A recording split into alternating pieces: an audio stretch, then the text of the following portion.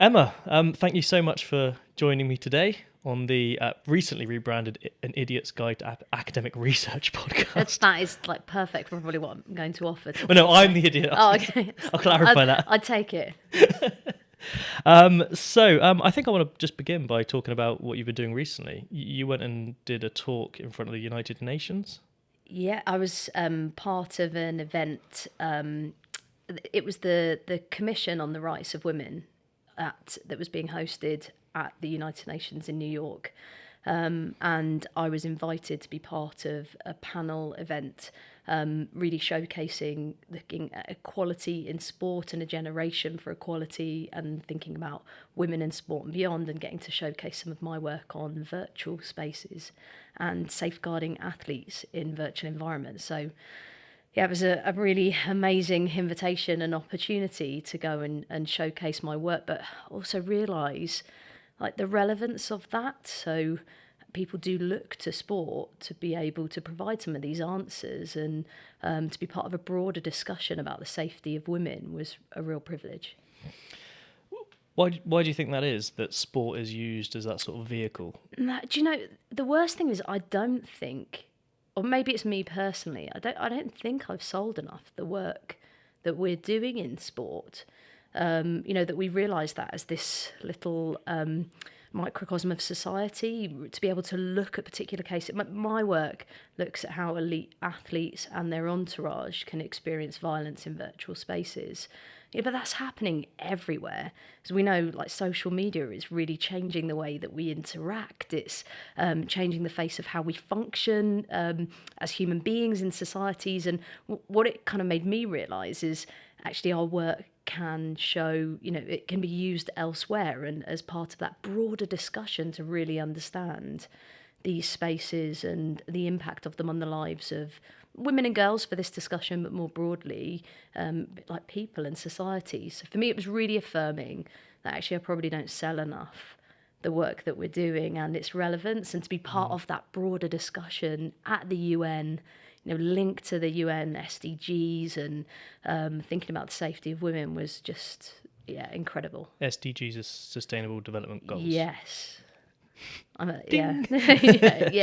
And again, it really brought that to life. So I felt really privileged I was invited by the IOC, so the International Olympic Committee, to be part of their expert panel.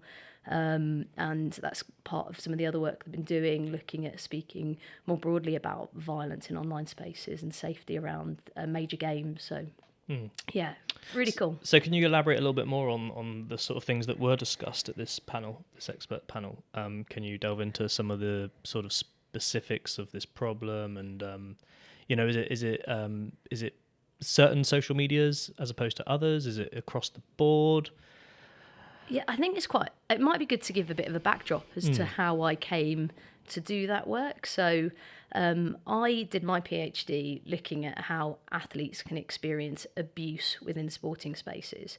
A very long time ago, I competed at the top level, and my experiences at times were very mixed, but I would hear stories and also, witness experiences where you kind of think, would that be accepted in any other environment? But as an athlete, I was relatively silent to that. And then I went on to study sports psychology. And I remember being in a coaching lecture and, a university lecturer talking about the emotional abuse of athletes, and sitting there and thinking, hold on, like that's how I was coached. So it led me to do my PhD in that area. And then I started interviewing athletes about the experience of being an elite athlete, the demands of high performance environment.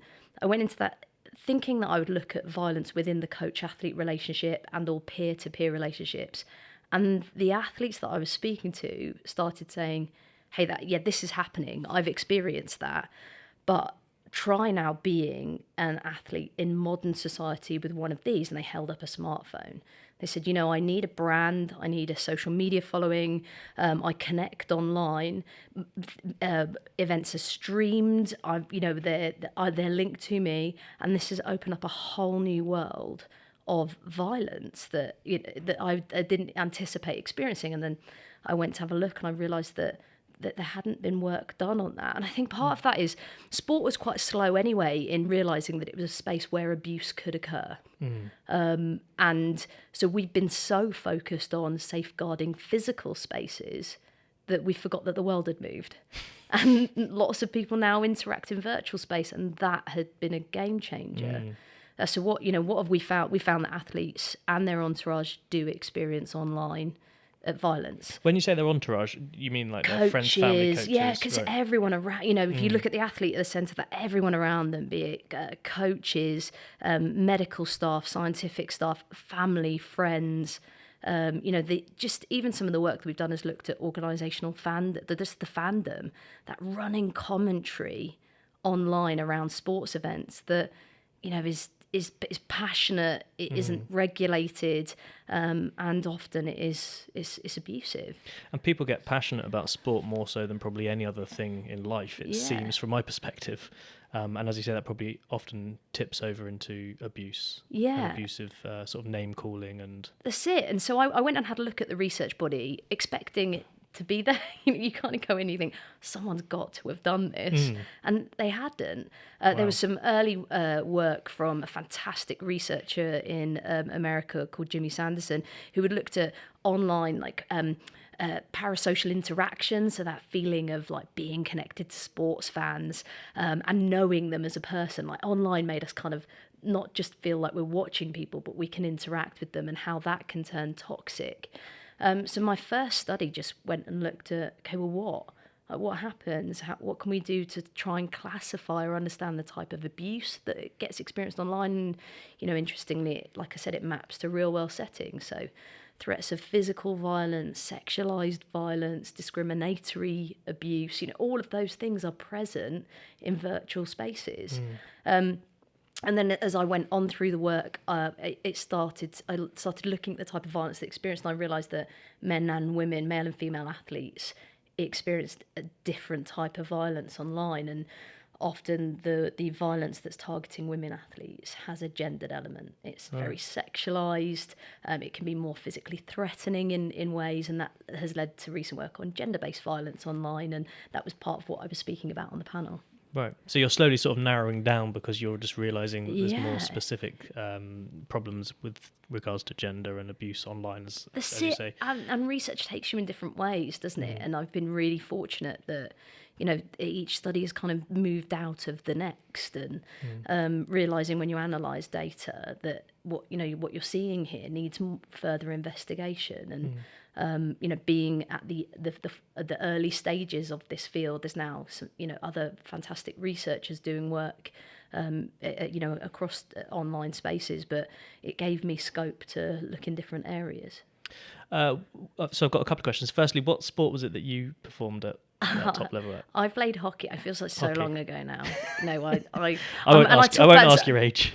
I'm a sports psychologist, and all the time I'm talking to athletes, especially if they're at the end of the career, and I'm like, you've got to remember about, it's they're like, will I be relevant? And then I have to be careful that I don't do the same thing. I don't go, it was so long ago, it doesn't count. But yeah, I played hockey, and then, there was part of the reason as well that I loved being involved in elite sport, and I went to train as a psychologist. Well, I did a sports psychologist. I see. So, and you said you experienced abuse as a hockey player. Was that from opposing teams or coaches or all fans? of the above? I think, I was, again, because age me, I didn't have to worry about social media. And I think about that as well. Even growing up, not having to worry about my failures or my successes being out there for people to see. I didn't have to deal with that. But yes, I certainly remember being on a pitch or a field, and coaches coaches throwing stuff, shouting, screaming at players, like singling players out. I think it was part of how at the time coaching was done, and I just took it as that's what it takes for performance, and now I would challenge that. And also looking at other players around me experience like different forms of violence. And I think it was part of the fabric of my my sporting experience. I think I played football growing up as well, and into my early 30s. I've recently stopped playing. Six-a-side football was the sort of final thing, and then I just get injured almost every other week now. So I've actually taken up boxing training instead as a replacement to keep fit. But not stop the injuries. Well, no, it has, because it's more upper body, so my injuries are always lower limbs all the time. But yeah, I remember I actually quit football when I was probably about 10 or 11 for a while. And I remember being in the bathroom one morning. My mum was going to take me to a football game. I was playing for a team called Junior Cherries at the time, and I was crying and said I didn't want to go. So my mum said, okay, we're not going. Because of the week before, the coach and parents a lot of the time on the sideline were so abusive and just, screaming insults if you made mistakes, and just, for a child that young to experience that is a lot to take in when you're just trying to focus on the game you're playing on the pitch. Yeah. And that's enough to concentrate on, let alone having to try and block that stuff out on the sideline. And it's like a lot of parents on the sideline can't control themselves when they get into that zone of being at a sporting event.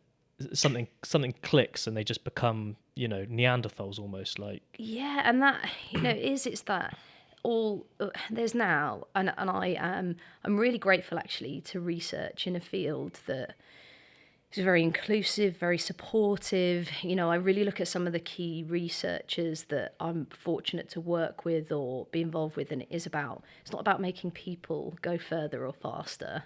It's about the field, and I think that's because the work that we're doing really does have an impact on people's lives and their safety. And that research-based shows, it isn't.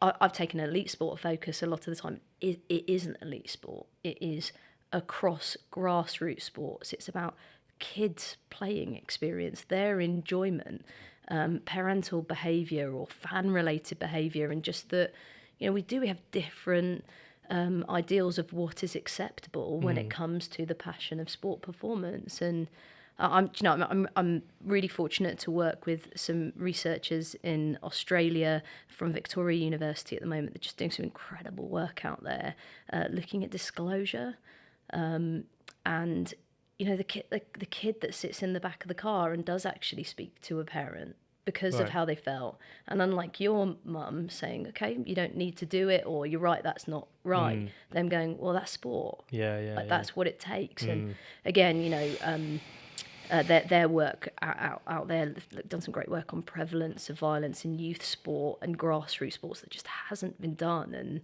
And the field is fantastic. It's constantly evolving with brilliant people who are super supportive. So what do you think is the long-term solution to this, or is this something you're trying to work out as you do your research? Do you have something in, like, what do you, especially with the online stuff, it feels like it's out of control, really, like there's not really a way to govern it. And especially now with, we talk about embracing more than human interaction. We're not just talking about humans, we're talking about bots, we're talking about algorithms that are created. Well, and what percentage of the people who write the comments are bots? I mean, you never know, do you? You never know. No. You don't know where that interaction... there's fantastic things that come from lives that are connected, especially when we look at what we all went through with lockdown and what could have been led to further isolation if we didn't have these spaces. However, I think there is a growing political movement, a global movement to say these spaces need to be regulated more, but we're not in a place where we're doing that. Part of the thing that came out of the UN conversation was it's going to take a multi-agency, multi-country approach to this because it is such a huge part of life, but also there are significant concerns with welfare, mental health, addiction. The list goes on in terms of what the different parameters of how we interact online, how that will have an impact on physical interaction. What was interesting from sport is sports now are turning to AI to safeguard. So, for example, FIFA launched a report, World Athletics provided a report, among other sports, and they've put in almost like a buffer, so an AI buffer around games to keep athletes safe and to filter violent commentary. I was asked to comment on that. Well, I think it's great. So I sign up. I'm going to the Olympic Games. or the Paralympic Games, I sign up and I give my ID. However, this is a simple way of explaining it. I'm safe for the duration of the games. So it works sort of... It ring fences so it can filter I see, right. information. So by location and time, essentially. And it can make sure that it removes or filters abusive comments. It can then give us an idea of the prevalence of those, the type of comments. It can then escalate to, policing agencies if needed. Like I'm safe for a game's time, and then I leave that environment. But it also leads to further inequalities in that if I'm in a sport that has money to put that in place, say, I was on the panel with an incredible member looking at integrity for the ITF, the International Tennis Federation, and yes, I'm an elite tennis athlete and I'm protected. That's not going to happen in every sport and every country. But also I find myself sitting here thinking that technology is available. So why isn't that just part of what social media companies are putting in place? And again, it comes down to the, the notion of freedom of speech. Well, I was about to bring that up. To play devil's advocate, I was going to say, what do you think about that? Exactly. And that's the premise of why these spaces were set up. And I still sit with the fact that human rights and welfare should trump freedom of speech, but we're not there yet. We're just not there yet, and we're better at detecting certain types of violence. There was a news piece, I think, just yesterday looking at, okay, well, now we might be better at identifying some types of violence, but for example, misogyny, gender-based violence is still not listed as one of those protected terms when we look at safeguarding some of these spaces. So I think it's really complex, and I'm learning all the time. I'm a sports psychologist. I'm a researcher in psychology and sociology. I'm not a media specialist. So you are now. I know. I mean, you should see me, and I've got my IT skills are not great, but I find the environment fascinating. What do you think, if we can just dig into that freedom of speech argument a little bit more? Because I watched a short excerpt from an interview with Elon Musk yesterday, a BBC journalist, who was basically trying to push Elon to say, why haven't you put in like safeguarding things like this on Twitter? And Elon Musk, I think probably rightly so, challenged him back to say, okay, what stuff would, where do you draw the line? Because I think we would probably agree that everyone should be open to some form of criticism. But then when does criticism become abuse? Is it the choice of words? Is it when it becomes too personal? I mean, it must be a really difficult thing to define the difference between, say, criticism and abuse or whatever. And that's it. And that's kind of where we're at the moment in terms of what would be deemed criminally abusive, for example. Because even you look at it, the beginning of this research area in social media, a threat of physical violence, so a death threat online, still wasn't deemed credible because it's online. But you hear athletes or other high profile people saying that, and there is a very real fear for their physical safety. And those threats extend often beyond them, to their family, to those around them. And so really and I think they're critical questions about, well, what would be deemed freedom of speech, but what breaches that in terms of it affecting the rights, the welfare of the recipient. And I don't think we're there in answering that at the moment. But what we do know is that we have different rules for how we engage online. There's different levels of what we deem being acceptable. And I think, we each have those personally. And that's what we see in the research, that we don't view it as a real environment. We see it as an environment where it's just words online, and we don't necessarily see the impact of that as well. So the impact of our comments on others. I certainly don't have the answers to that. But I think being able to work collaboratively with social media companies towards being able to better maintain safety in those spaces. And think often we've seen the responsibility with the person using, social Well, media. I was going to say, is that the answer for them to put their own preferences forward? But that's not really a thing. Like a child, I wouldn't want my child to have that responsibility to decide what they feel is abuse once they've received it, and to know when to report it as well. It was one of the things that I spoke about on the panel, in that often we do take very, person-centric approaches. So we don't do enough of this at the moment, but educating athletes, for example, on how to stay safe online, even within different apps, to be able to know what sort of mechanisms they can put in place for screening people, blocking people. There's information out there, but I was on a panel once with someone from the ITF, and they said, held up a phone, and they said, if you were teaching your child to swim, would you throw them in at the deep end? Some people might argue, yes. But most of us would maybe put some kind of measures in place. Well, you don't want to put them off for life, do you? Yeah, we might put some armbands on, and we might go through. We'd go through some safety filters. We'd give them some skills to be able to navigate the water safely. You would hope. But most of us would hand our child a smartphone or an online device and not think about it as being as dangerous. So that there is an element of like training and upskilling that is a personal responsibility, but it isn't going to work in one direction, I don't think. And I think that's the conversation. Certainly the IOC are really championing at the moment around games time safety and the Safe Sport initiative, that if we are safeguarding people, we need to do that both in physical and virtual environments. And we can't really tell the difference between them anymore. It isn't about, these worlds are intimately entwined. They're connected rather than being viewed as separate. Absolutely. I guess it's about education ultimately, educating both sides of the coin. Yeah, it is. It really is. You also, I noticed on your profile page on the university website that one of your research papers was about sledging in sport. So that's specifically abuse from opponents. Yeah. What do you think about that? Because again, to me, growing up playing sport, that's almost a part of the sport. It's a tool that an opponent has to gain the upper hand. Do you have a different opinion on that now you've sort of? Yeah, I mean, I've played sport. Of course, it's part of. And certain sports have a greater culture of particularly, that. I was thinking boxing, beforehand, Cricket's known for cricket sledging, like basketball as well.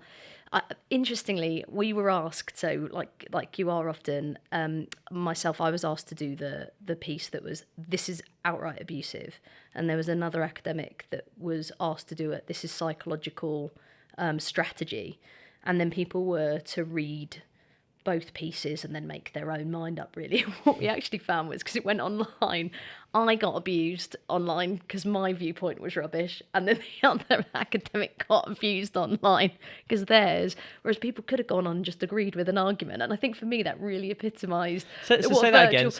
So I wrote the piece basically saying this is abuse, right? And people go on and go, oh, you're rubbish. People abused you. Yeah, you can't wrap people up in cotton wool, and then the other academic wrote that this is part of the sport, and people went on going, this is abuse, and it just it really showed me that actually these environments are polarizing, but there are the spaces where we want our opinion heard. And I guess I still stand on, and if I was working with athletes, that there is language and behavior that fits within the rules of performance, and there are times then when you stretch over that line and what you're doing becomes abusive. That was actually linked to a cricket case where the language went beyond the sport. It became about thinking about the family, the people around a person, and again we've seen threats of violence that extend beyond. Like I would personally say that's not within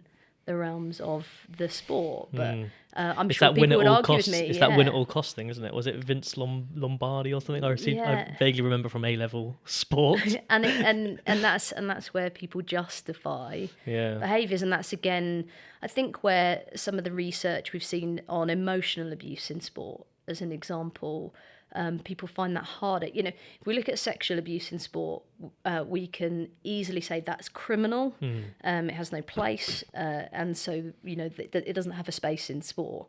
Whereas when it becomes emotionally abusive behaviour, there's more of and that is the most prevalent type of violence that anyone would experience. And understanding that actually repeatedly that can still cause significant psychological harm, and that is down to the recipient of that behaviour as well.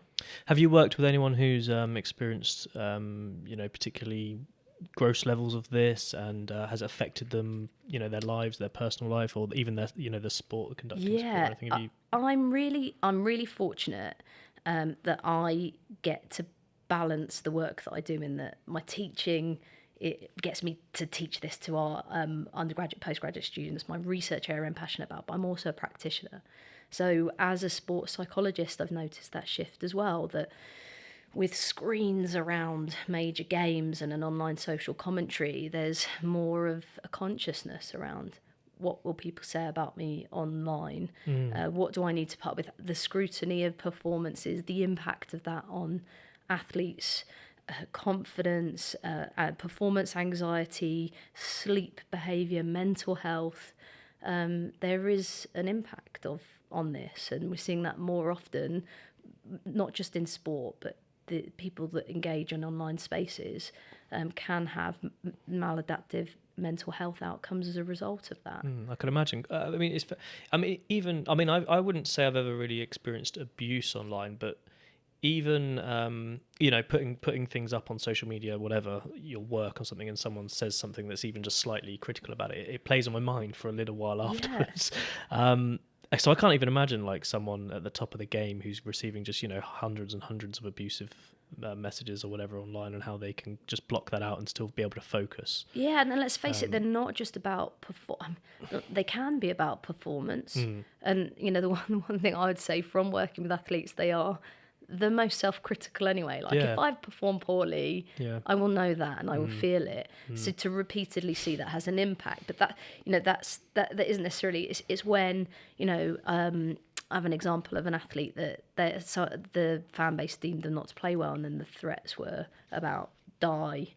You don't deserve to live as a result of this. They become very, very aggressive in nature. They're very targeted. That's not within the running commentary of performance and fandom. Like it's ridiculous abuse. Who takes time out of their day to do that. Well, I can't imagine who these people are who type something like that and don't stop before they send it and think, I probably shouldn't send that. Yeah, it's not really necessary. I'm wasting my own time doing this. Or there's a perception, especially with elite athletes, that it's not them maybe managing their media, or they might not. It might not even go to them. But I would say a lot of athletes do want to have control over their own brand. Yeah, and rightly so, I think. And rightly so. And so it does go to them. And if not, I might be asked for comment on it because a media outlet picks it up. So I do think that commentary is seen, and it's part of that fabric of performance, but it's not just older athletes either. I can think of a number of youth footballers transitioning from one team to another, and like the abuse that between 15, 16-year-olds that get abused because they move club. It's rife. Yeah. I mean, it just reminded me of a story from. So I was probably in my 20s at this point, but playing for another local club here. But another club wanted me to sign for them, bumped into them in a nightclub. The guy came up to me and said, "You're going to sign for us or what?" And I said, "Oh, I'm not sure." And he grabbed me by the throat and said, effing signing for us or what, kind of thing. And his mates kind of came in and sort of pulled him away. But it was, people just get really riled up about this stuff. And that's at like Sunday league level. Isn't, you're supposed to be good, just, if it's for exercise or fun or whatever. I mean, obviously I took it quite competitively as well, but it's just crazy, I think. And now with even at that, I say even at any level, people can have a social media presence. And, I think about for kids to not be able to switch off. It's 24/7. Well, that's almost a separate, a big, is. well, not a bigger issue, but just another issue, isn't it? Social media as a entity in itself. That's it. And how it's changed. And that, it's too easy to say, well, if you don't like it, switch off or sign out. Like, because I do, like I say, I come back to the power of these spaces, their importance. Like some of the work that we've been looking at more recently is on safeguarding and reclamation of power. I look at some of the key cases where we've seen change in sport linked to highly abusive culture. It's come from collective athlete voice online. For example, linked to the Athlete A documentary in America, and then the hashtag Gymnast Alliance. It's led to considerable reform and review of gymnastics, but that's just one sport example. But that came from people being able to unite online, and that wouldn't have happened in the past. We wouldn't have been able to have that form of collective voice. Yeah, so it's an important tool that needs to be somehow managed. You've also recently, what's the other thing you did recently? I made a note of it earlier. Oh, Team England. You were part of Team England, right? Yeah, I'm a sports psychologist, so an HCPC registered sports psychologist, and what does that stand for? I love picking Healthcare Professions Council. So it's quite a big thing at the moment in that like sports psychology, sport and exercise psychology is a regulated profession. And if people work with a sports psychologist, they should be checking that they're working towards that status, or that they are a registered professional. So I work to gain that status. And as a result, I've been really fortunate to work. No, do you know, I saw someone speak the other day and they said that we have to be less saying I'm lucky or I'm fortunate to do it. No, I've worked hard, and I've worked hard in my role as a psychologist, and as a result of that, I have taken athletes and teams to major games. And on the Gold Coast, I went to the Commonwealth Games with beach volleyball, which was a fantastic experience, and I was a team leader, so took a management role as well in that. And then as a result of that role, I got the opportunity to work with Team England at the Birmingham Games, so looking at the team behind the team, and supporting the transition out of games time, but also the COVID response in games time. Because the world had kind of moved on, but sport in lots of countries was still functioning under a COVID bubble, and Birmingham was under COVID protocol. And we knew that we had teams coming into that games time environment, and we could see positive COVID results, and that would have the potential to cause both a medical and a mental cascade. So I was in there as a psychologist, working with the teams coming through there to be able to help manage that medical chain. Wow. What sort of thing do you do? I mean, how do you manage that psychological aspect of that? Part of what we went with was information, that actually, so for example, I could have come in off of an aeroplane from another country, and if my result was inconclusive or it was positive, I was then moved into an isolation area. And it was quite difficult to get information into there. We had someone present in that space all the time. So when it happened, because they were processing hundreds and hundreds of people per day, there was a chance that a result was inconclusive, but it didn't mean you had COVID. Airports, you mean? Or... No, it was a games time bubble, right. So people came into that space and then went out into the games time environment. So we knew that results could come back inconclusive, but we made sure that whoever was in isolation was given information, that we managed teams. We also managed how the risks, so you basically got, you don't have COVID, and then you could go into the games time environment, but we managed how that was done as well to try and reduce some of the anxiety around waiting. You imagine even training for a Commonwealth Games, and the same thing happened in Olympic environments, and you're sat for as long as it takes for a test thinking, okay, do I have COVID? Will I be able to compete? You've trained for years to get to this point. Yeah, so there's quite a lot of anxiety we there helped as to whether... just manage that process. Yeah, right. And then I was also part of just the Team England environment around that, on games time delivery, because it's really cool. When you come in as an athlete or a team, you're very focused on yourself and your performance, but you come in and you become part of one team, Team England, or part of like the part of the pride there, or in Team GB you become part of that setup, or Para GB. But when you then look at what goes on behind that, there's a whole team of performance staff, medical staff, administration staff that just create these incredible environments for people to perform. And so it was really nice to sit on that side and to get that insight and be part of the team behind the team. Quite amazing, really. Yeah, cool. Do you have an opinion on, I mean, presumably you think sport is incredibly important. Yeah. Can you elaborate as to why you think that, or? It's been such an important part of my life. I look at the opportunities that I've probably had, and even as a researcher, it sounds really cliche to say that I probably wouldn't be doing what I was doing if I didn't have sport. I'm dyslexic. I didn't really get on very well at school, and I wasn't academic, which I have to watch myself saying, given the role that I do now. Well, I think you'd probably be surprised at the number of academics who work here who might say that it's a similar thing. And for me, sport was something that I really excelled at, and it, like I said, it provided opportunity, and again, then competing and thinking, okay, I didn't have this support, and then going on and studying psychology, and all the way through it's been the running theme that's driven me. Being part of teams, it's taken me to different places, and I know that's a very personal experience. But regardless, in a time where it's so easy to stay in your house or be online or do other things, to be active, to move, the importance of that for our physical health, our mental health, for me is absolutely essential, especially for young people. So it doesn't need to be elite sport. It's about being physically active and moving your body, I think is incredibly important. Do you think you also learnt a lot from playing a team sport when you were young? Yeah, I mean, I'd always been involved in team environments. I think that's me. I love people.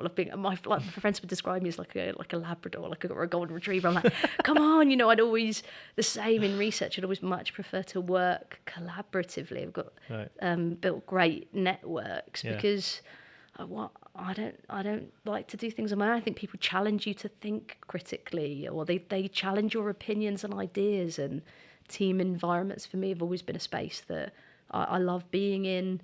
I've worked as a psychologist with both team and individual athletes, but yeah, I love those climates and environments. I think they're incredibly important. But also, I can still remember sport challenging me, and I failed. I was deselected. I remember sobbing at not making an England team, and my parents picking up the pieces of that. But just really important experiences as well, in failing, in not being good at things, in the upset of losing, and they're just really valuable lessons. Did you play for England? Yeah, junior and into senior development, but it's interesting. I struggled with injury for one. I also really struggled with my confidence at times, and I think that's probably what led me to go into psychology as well. But yes, I did, is the answer to that question. And I competed at good club level as well. And retired a little bit of a while ago. But did you when you say you struggled with confidence, was it your own ability? You never felt like you were kind of good enough, or in what way?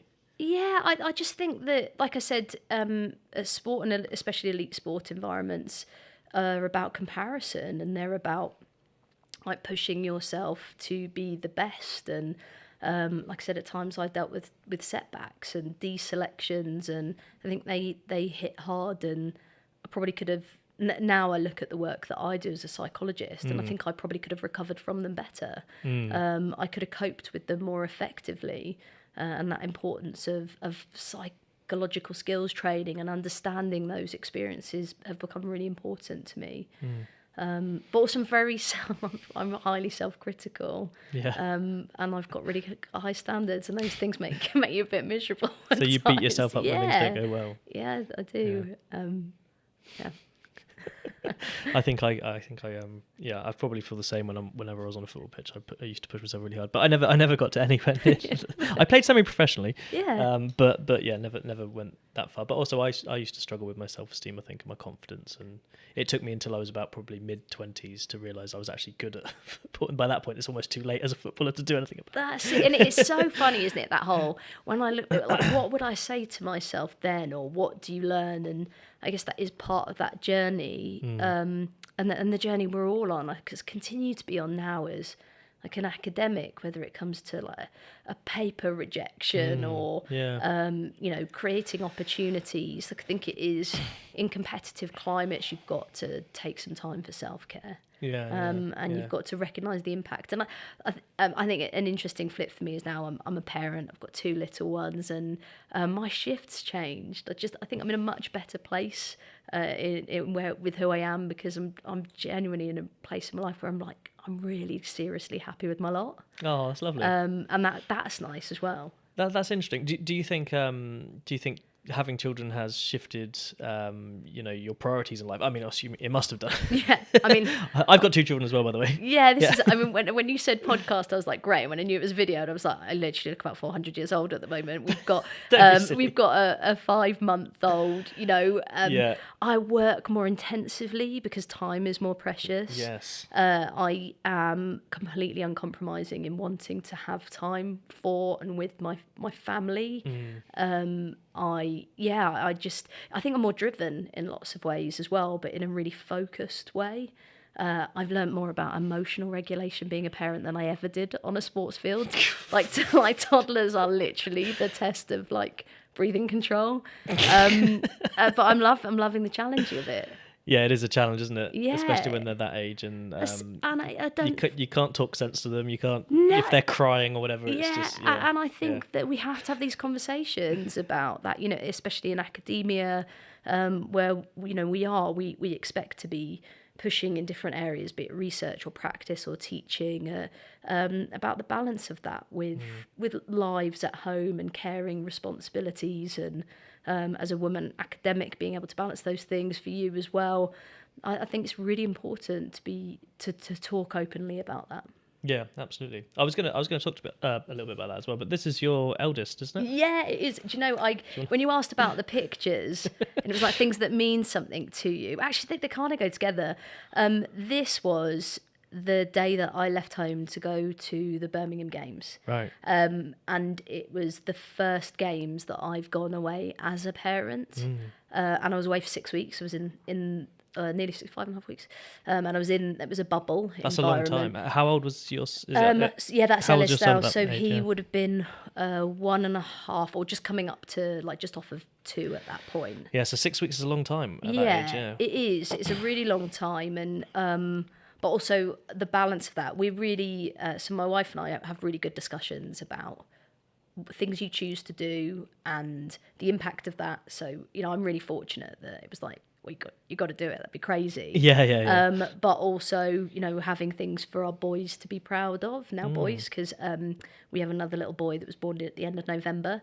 Congratulations. Am I still within range to say congratulations? Yeah, absolutely. And so, yes, I left, and the games was really different, but also I think it's important, like I said, for like my boys to be proud, to see what their parents are doing, But now I do make decisions and consider the broader impact of those on my family, and I think that's where this picture came from, the raising future leaders. So I really I work on a program called the Women in Sport High Performance Pathway, and it's led at University of Hertfordshire, and it's part of Olympic Solidarity, and it is about the fact that we do not see enough women coaches at major games.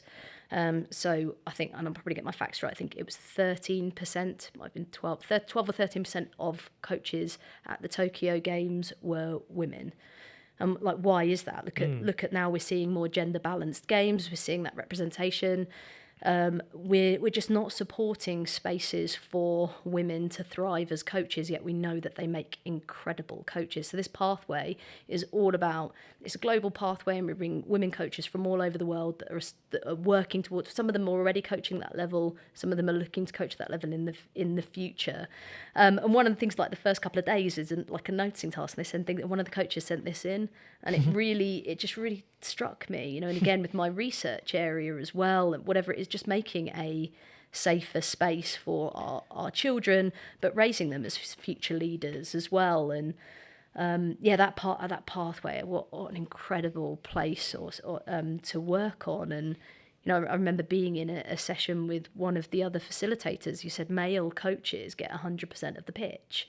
They coach men's sport, they coach women's sports. Like, women coaches at best get given a quarter or half the pitch. In that we often see women coaching women. It's still a shock. In the news the other day, a woman who's leading a men's program, like, it just shouldn't be a shocker. Yeah. I always find that sort of counterintuitive almost, that it's a news story still. Yeah. If you see, because that almost defeats the point of, it should be normalized completely that it's not even news. You know what I mean? I often think that exactly when I see, that. And so the ambition, and the IOC have been really clear in their ambition to see and to work towards a balance of male and female coaches. And we've seen that in medal offering, we've seen that in but there's gaps everywhere. But I get the opportunity to work on this program with just these incredible women coaches, but also hearing and talking about some of the things that disproportionately do affect us as women. And part of what I hear from coaches is that, the balance of caring, responsibility, and elite sport takes you away. It's the same for men as well, don't get me wrong. Do you think that's the sort of the main factor, or do you think there's lots of factors at play? There's so many other factors as well. What else affects that? Even some of the impact of like funding and money and positions. So women coaches are more likely to be part-time. So it might not be that there are full-time opportunities. That again, it's a broad statement. It depends on the sport. We're seeing more professionalisation of women's sport. We're seeing greater opportunities, but there's been a lag. Women's sport is so vibrant at the moment, and look at the women's football. We suddenly realise there is an appetite if we give it opportunity. So I hope that we're in a place of change, and that's going to take more opportunities to create it as a space for women coaches to thrive. Fantastic. Should we put these up on the wall while we're on the great. Conversation? There's a bit of space over here, so we'll stick that one. Actually, is that clashing a bit? I can let you saw it afterwards. I'll put it on the black bit. There you go. It stands out a bit better. And again, that's one of my little guys now. I feel bad. You can put that one up if you like. I should have popped in my new one. He won't mind.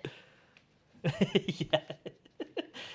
You'll have to bring the 5-month-old a photo next time. I know, and just stick his little head in. That's idea, but I do. I feel a responsibility as well, especially social media. It's not going to go away, but my kids, our kids, are going to be navigating a world that was so different to the one that I did growing up, and I'm sure that's the same for every parent. Like the world moves and it changes, and I think moving with it is important, and understanding that, and understanding the space and place of media, social media interaction in the lives of our children is really, really important. But I hope that I'll have a small part to play in making that a little bit safer. Fantastic. You mentioned, motherhood is a let's say, I don't know, a blocking point in terms of career progression for coaches specifically.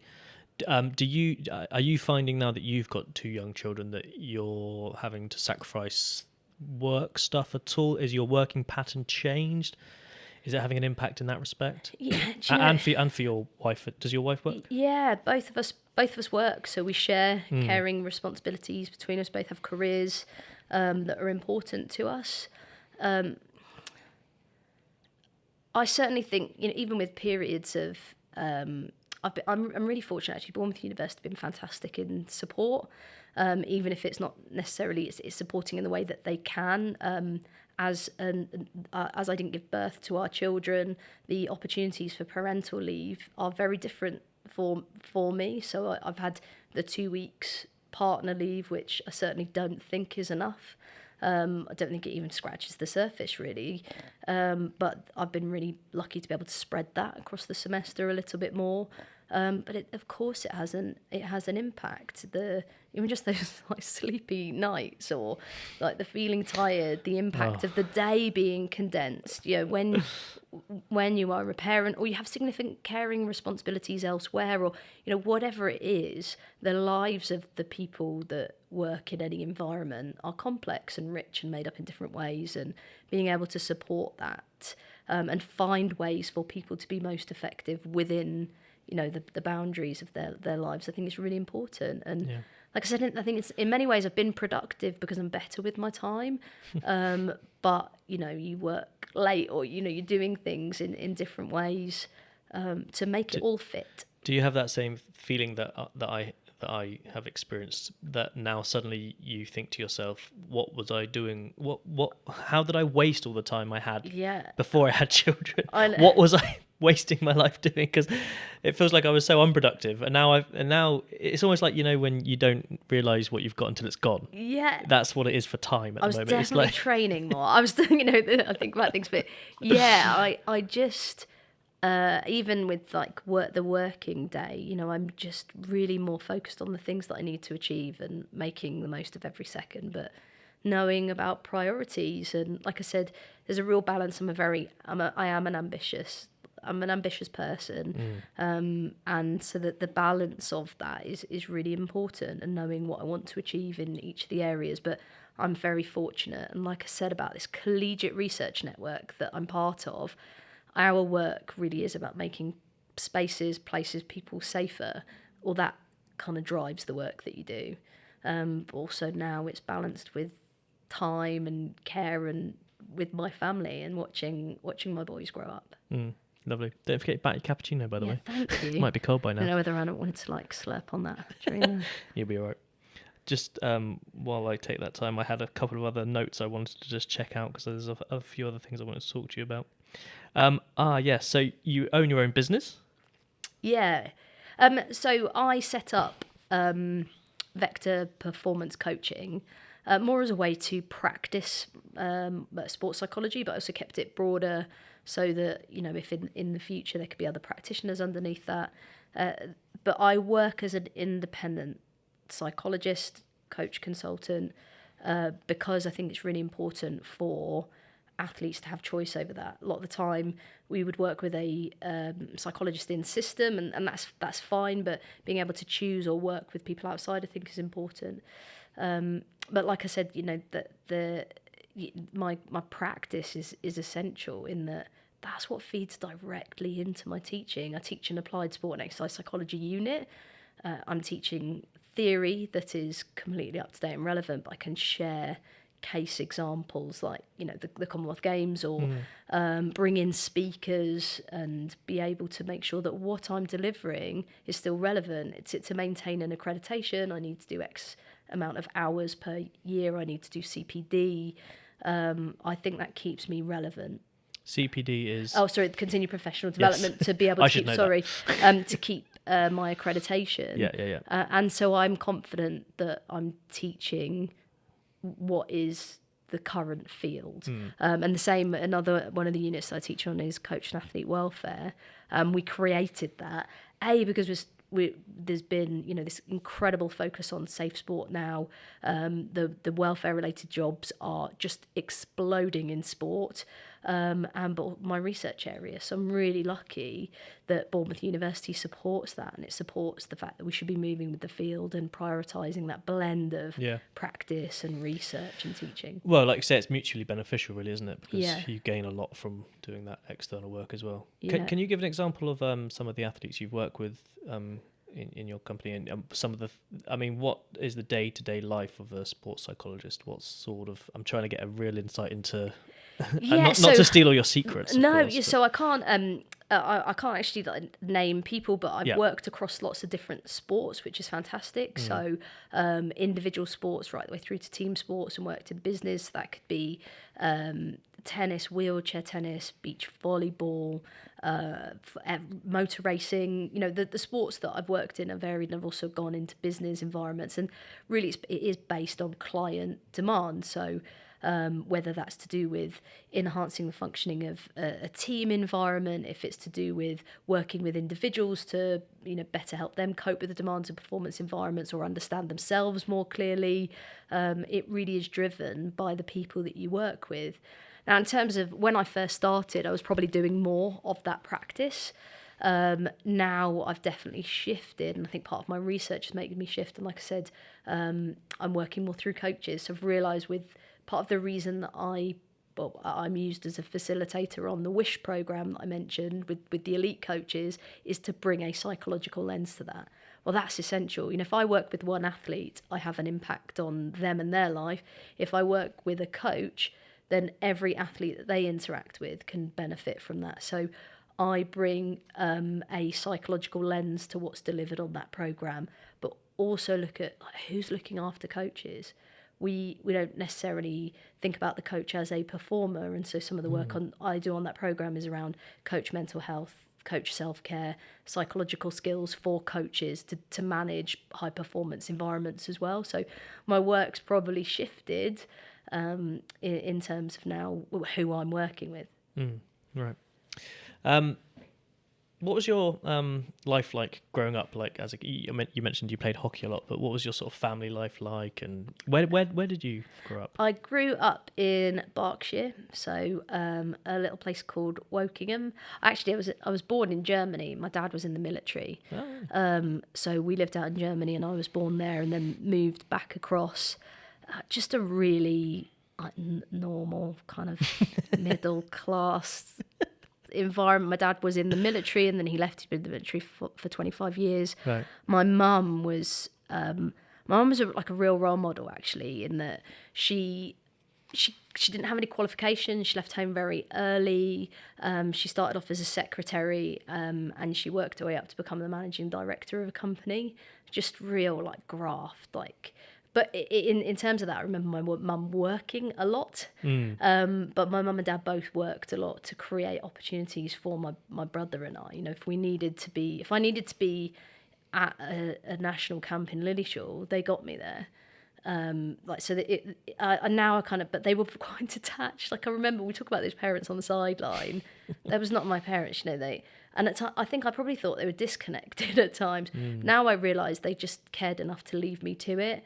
But also, didn't want to put additional pressure on me in any way. So I think I was very lucky in how they managed that. But it's interesting that balance, isn't it? Because I think this often, crosses my mind as a parent now. I mean, well, loads of. I'm always questioning all the things I'm doing as a parent now. But one of those things, I experienced parents on the sideline who would, almost commentate their son's game or whatever, and always be saying something on the sideline, often put downs, or often praise at the same time. And then there would be other parents who would just stay there sort of silent, and it's hard to know as a parent how much encouragement to give, and at what point to be hands off, and all this. It is a fine balance, and it's the hardest job. And now working with athletes and working with parents, you realise they're probably never going to get it right either. Because the kids will always blame you one way or another.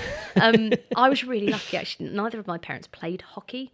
My dad played rugby. My mum was pretty good at lots of different things, but it was my PE teachers that hockey was a big thing. And so I think I always had that. I don't think they ever really knew what was going on either, but they'd be there and they'd shout and support. But I was really fortunate that they gave opportunities for my brother and I to do the things that we loved doing. Did you have a core role model as a PE teacher at all? We had a whole PE department that were just incredible. And still now check in. When was I at school? So long ago, started a long time ago. And one of my old PE teachers, Libby, still every now and again, just checks in, asks how I'm doing, and has been, a feature of my life. But the whole department were just great. I lost my mum during the pandemic, and we lost her suddenly. And it's funny, it's not until you lose someone that you realise what an incredible my mum was just this quiet doer. Like, she'd kind of create opportunities for the family to do things, or did so much behind the scenes that you don't realise until they're gone. And it really made me like reflect or look back at, I guess you look back because you kind of grasp the memories. And I realised that while at the time I probably thought my mum was, you know, not that she didn't care, like my mum wasn't pushy.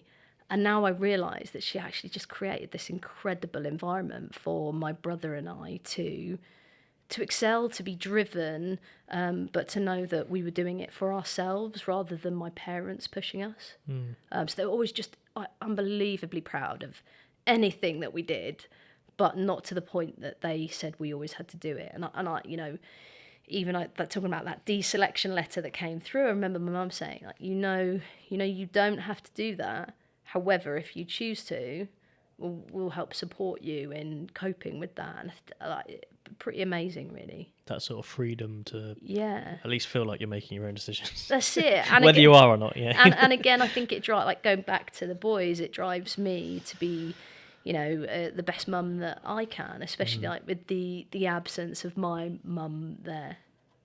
Yeah. Did your mum die of COVID? No, we found out in January that she had cancer, but it was curative. So she started treatment, and unfortunately, the chemo led to sepsis. So we quite literally lost her overnight, and that just it was like absolutely devastating for our family. And she saw, so we had our 12-week scan for Ellis, and she saw that, and we lost her the next day. So I look at the impact of that on my life, our life. It was just huge. I think loss in any way is profound and devastating. But also it doesn't half make you, or it made me, and maybe that's the person that I am, and the training I've had, really consciously look at what's important to me, where am I going, where do I prioritise time, because it made me realise that it literally can change overnight. And that's not, you know, not an exaggeration to say that. Everything could change overnight. But I think everyone felt that in COVID as well. And we went through this period of very personal grief because we couldn't see anyone. It was right in lockdown. We weren't allowed to have anyone at my mum's funeral. My brother couldn't get home from Australia. So it was just a real period of reflection. And yeah, but I think I now have like I've always had a zest for life. I love people. You know, I'm a passionate person, but even more so. Probably makes me unbearable, if I'm honest. Well, I don't get that impression. It's good. I think it motivates people around you if you're like that. Yeah, it's nice. It's refreshing, actually, to be honest. But you know, it's because also that we do have an impact on people, and you know, I'm very passionate about people and relationships, and it's often on the coach program that I work on, just done a session on storytelling and looking at, one of the things was like bringing artifacts. So thinking about artifacts, and mine was like this ring. So it's like gold band. It was my mum's ring, and my dad gave me that on the day that we lost mum. And initially I put it on, and it felt like it was like heavy with like missing that person. But now it's just a real like reminder of the things she did. My mum listened. If she was to meet you and say, "How are you?" it's not just the process of asking someone, you know, the throwaway. Yeah, right. My mum would genuinely have meant, like, "How are you?" and would have listened to the answer. And now I look at it and I wonder, I'm in the job that I'm in, or I went into psychology where it's a listening, caring role. Was probably what I saw like my entire life. I mean, this is also what she'd like ding on a glass if she wanted to fill up. So I'm apparently now the family like owner of the power. But would that be for your dad? Yeah, like yeah, absolutely. Come on, hey, Jim. Come on, Jim. Like, get me a glass of wine. Oh, I like, love that. Yeah. Oh, amazing! It's amazing that you now wear it. That's lovely. Yeah. Really So, nice and touch. it does. It reminds me of you know, just what's important, I think. There was another note I had that I looked at when I looked at my phone a minute ago, which was you did a study in 2016, which was about homophobia in football. Yeah. So 2016. How many years later? 7? Yeah. Is that right? Is that good maths? Yeah, Something pretty like much. I'm terrible. Don't ask me. Yeah. Do you know, interestingly, to credit that, the work, so we've got an incredible team of academics within the sports department, sport and event department, and also across into sport and exercise sciences. And it was a colleague of mine, Dr. A.D. Adams, his work looking at masculinities, but also looking at gender and sexualities.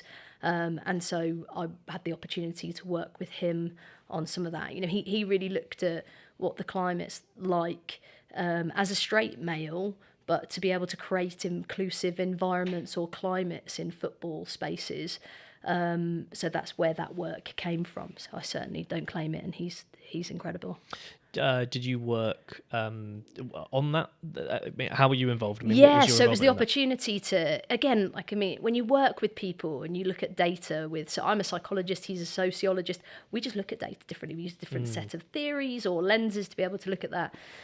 So it was the opportunity, so that particular paper was looking at data from young boys and within a football club environment and their attitudes towards at that point, it was a gay athlete coming out. You know, I think the study would need to be really different now, especially when we're thinking about LGBTQIA plus and the range of factors that we need to consider in all sorts of environments. But we looked at their attitudes towards a gay teammate and whether or not like the acceptance of homosexuality in football spaces. And actually, you know, some of the work looks at really inclusive masculinities as well. But I mean, we're still not at a space where we see openly out male athletes as often. So, do you think we've moved on a bit since then, or? Yeah, yes, and I mean, I certainly think that. In like women's sport, we like it's not as taboo for women athletes to talk about their partner. I think it depends on who you read, and there are some researchers, like I say, that talk about really inclusive spaces and attitudes, but we've still got to see that translate into athletes being able to be comfortable with who they are whilst they're playing, rather than needing to come out in retirement. So can I sit on the fence? If you like. Sure. It's interesting because, I mean, the word gay when I was young was thrown around as an insult. I don't know if that's still the case. Yeah, Still the case now. Right. I mean, it's also hard to know whether it's my own, it's hard to know from your own subjective perspective whether things have changed because I've moved into a different sphere and you know, the people I'm surrounded with are different and maybe more aware of this stuff. Yeah. Or whether it is a societal change at large. You know, it's always difficult as an individual to really gain that. So I guess that's why research is so important, because you get the less subjective, the more objective kind of view of this as an overall thing. But yeah, I remember the word gay just being slung around all the time. Like, you know, just someone does something that you find, they failed at something. It's just gay kind of thing. And it was just so commonplace to do that. And still, you know, I look at, even though some of the work online that I've done has now focused on women athletes, even the language or discourse in terms of it being gendered is also linked to sexual identity as well. And some of those terms are still used as insult online. So that gender-based violence, or, you know, the slurs that would get thrown at male athletes would still be gendered in nature and linked to identity in lots of different ways. I and again, not to get into that in here, but even looking at some of the discussions as well on gender identity and trans-inclusive spaces, like sport, again, is going through, as is society, going through another incredible period of like a polarised debate. And yeah, I think it's a really challenging time for people that have have sexual identities across that spectrum. Do you think sport reflects society in that way? Quite often. I think we only look at elite sport, and that's a shame, because elite sport is different. And we don't actually then understand the impact of rules that come in at elite sport and what they do to, going back to that question, is sport important? Yes, sport and physical activity are incredibly important for all. And so some of the decisions that get made that are preclusive to people being able to access sport for me is very, very upsetting. It's bigger than the sport itself, isn't it? Yeah, it is. Yeah. Is there anything else? What's coming up? What's on the horizon for you? Are you working on anything, or any more trips? I've been. These are the things that now I'm at home for a little bit, which is great. I have been included. So the International Olympic Committee write consensus statements. The previous consensus statement on safeguarding in sport was in 2015, and there's going to be a 2023 consensus that has brought together a team of global researchers to write that statement, and I've been named as one of those, which is fantastic. Incredible. And part of that is to looking at safeguarding and my work in abuse more broadly, but certainly to bring that online lens. So we're in the process, and with just this unbelievable rock star list of people for me, putting the consensus data together, and then that we'll meet in Lausanne at the IOC headquarters in September. Whereabouts is that? In Switzerland. Switzerland, sorry. Yeah. Yep. So that for me is just a really great achievement. But again, possible, I think, because like I said, this network that I'm part of that doesn't just raise themselves up, they pull people along and say, hey, have you been looking at that person's work, or this is happening.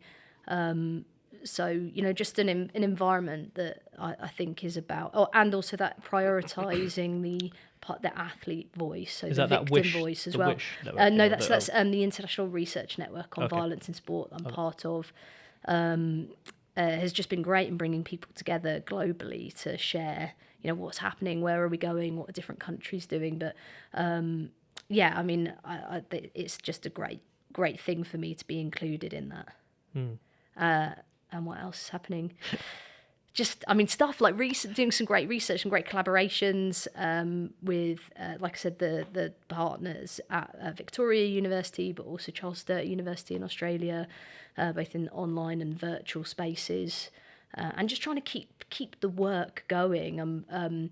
There's a Safe Sport International Conference in September, which is more about safeguarding and the future of safe sport. And as part of that research network, we're doing a research day for day one of that, all about showcasing the new and emerging research in the safe sport field and creating this really inclusive space for new, emerging and or current researchers to share practice and, like we said, to look at some of the priorities of the field moving forward.